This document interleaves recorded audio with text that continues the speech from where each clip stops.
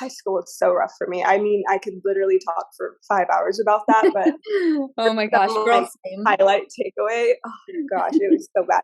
I fell in love in like, I don't know, freshman year. I was probably 13, 14. I was on the kind of younger side, and I like really fell in love. And falling in love that young, I think really does something to you. Like I would not recommend it because he was everything. You know, like I would do anything to be with him, and it got to the point where he was more important than my relationship with the Lord. And even though like I would have all these highs at like summer camp and at church, I'd come back and get into these bad habits of like wanting to please him, wanting to please my friends, caring about popularity and Yeah. just stuff like that, like stuff of the world. I was so consumed by worldly things.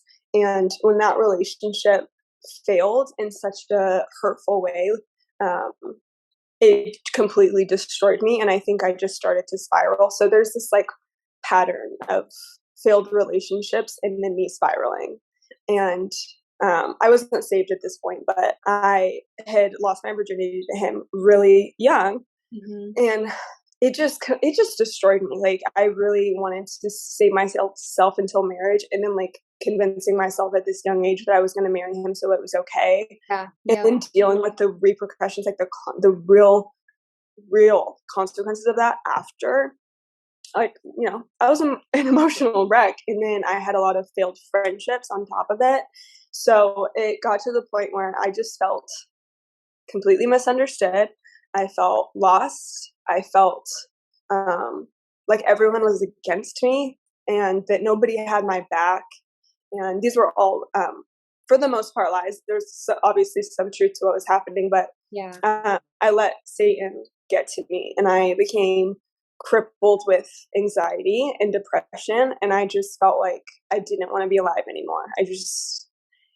I was so like ashamed and covered in guilt that I'd look at myself in the mirror and just cry and be like, I don't like you, and I don't want to be here anymore. And it was just such a dark place that I was scared of those thoughts, but I was like, this is more painful. To be alive is more painful than to just not be here anymore. That's like what I would think. Yeah. And just I get emotional because it's like, if I hate that I thought that, but that's just like that's where I was at. I would like leave school, like, you know, throwing up from anxiety. Like it was just, I was a mess. So I actually was getting suicidal. And I remember being on the bathroom floor, and like at this point I had been having a lot of migraines. So I had like kind of stronger pills and stuff. And I remember like looking up if it could kill me. And I was like on the bathroom floor, like bawling and just trying to decide like, and knowing like I don't want to do this, but it would relieve the pain is what I remember thinking. Yeah. And I remember thinking like, okay, God, I haven't prayed to you in a very, very long time, but if you are real and if you care about me, I need to feel it.